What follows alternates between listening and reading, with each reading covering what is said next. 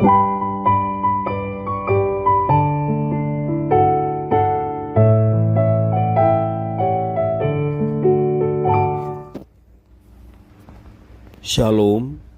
devosi Amsal 30 ayat 1-16.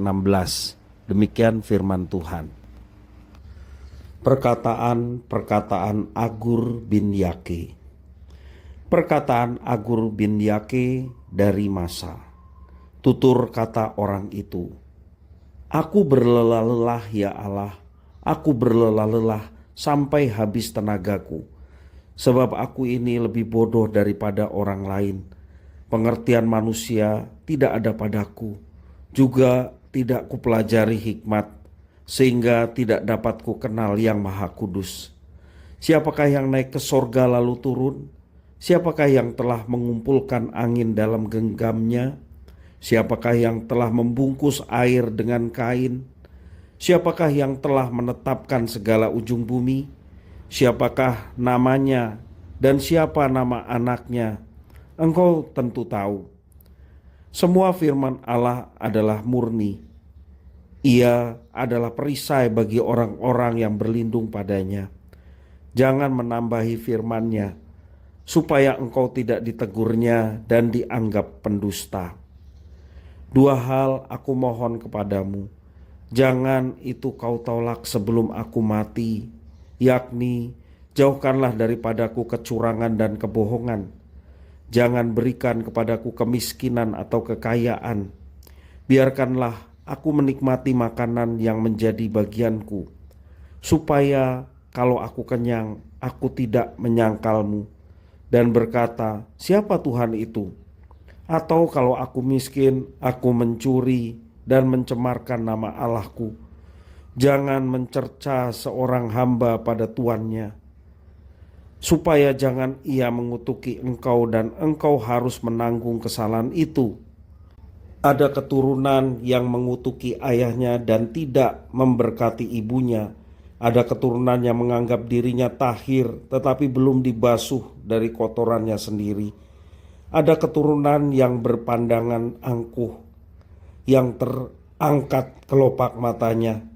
Ada keturunan yang giginya adalah pedang dan gigi geliginya adalah pisau untuk memakan habis dari bumi orang-orang yang tertindas, orang-orang yang miskin di antara manusia. Si lintah mempunyai 2 anak perempuan, untukku dan untukku. Ada 3 hal yang tak akan kenyang, ada 4 hal yang tak pernah berkata cukup. Dunia orang mati dan rahim yang mandul, dan bumi yang tidak pernah puas dengan air, dan api yang tidak pernah berkata cukup. Demikian firman Tuhan. Sebagai manusia, kita harus mengakui bahwa begitu mudahnya kita tergoda dan terhasut oleh apa yang ada di sekeliling kita. Tanpa sadar kita dijebak oleh berbagai situasi dan kondisi hidup yang membuat kita menggunakan hikmat kita sendiri dan menjadi makin jauh dari Allah. Hal inilah yang disadari oleh Agur bin Yake dari Masa yang tertulis dalam Amsal 30 ini. Dengan rendah hati, Agur mengakui keterbatasan dirinya dalam hal pengertian dan hikmat. Ia merasa dirinya sebagai manusia paling bodoh karena tidak memiliki hikmat yang benar. Hikmat yang sejati berasal dari Allah yang Maha Kudus dan yang berkuasa, juga berdaulat atas seluruh ciptaannya. Hikmat itu diberikan melalui firman Tuhan yang kudus. Di tengah situasi seperti ini, Agur memohon kepada Tuhan Allah mengenai 2 hal. Yang pertama, Agur memohon agar dijauhkan dari kecurangan dan kebohongan. Dan yang kedua, ia memohon untuk tidak diberikan baik kemiskinan maupun kekayaan.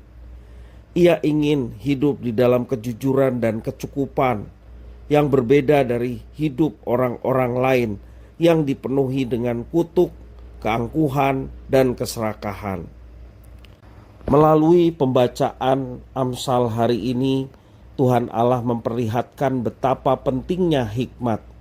Tepatnya bukan hikmat yang berasal dari manusia, melainkan hikmat yang dari Tuhan Allah. Hikmat itu dianugerahkan kepada kita melalui firman Tuhan. Jika kita menerimanya, hikmat itu akan membawa kita kepada kebenaran dan integritas hidup yang kekal. Kerendahan hati merupakan kunci penting untuk hidup dalam hikmat Tuhan. Hanya dengan kerendahan hati kita dapat menundukkan diri kepada firman Tuhan dan mengikuti pimpinan Roh Kudus. Hanya ketika kita jujur, kita dapat mengakui kuasa dan kedaulatan Tuhan Allah dalam hidup kita. Layaknya pengamsal, kita pun rentan untuk tergoda dan terjebak oleh hikmat dunia ini.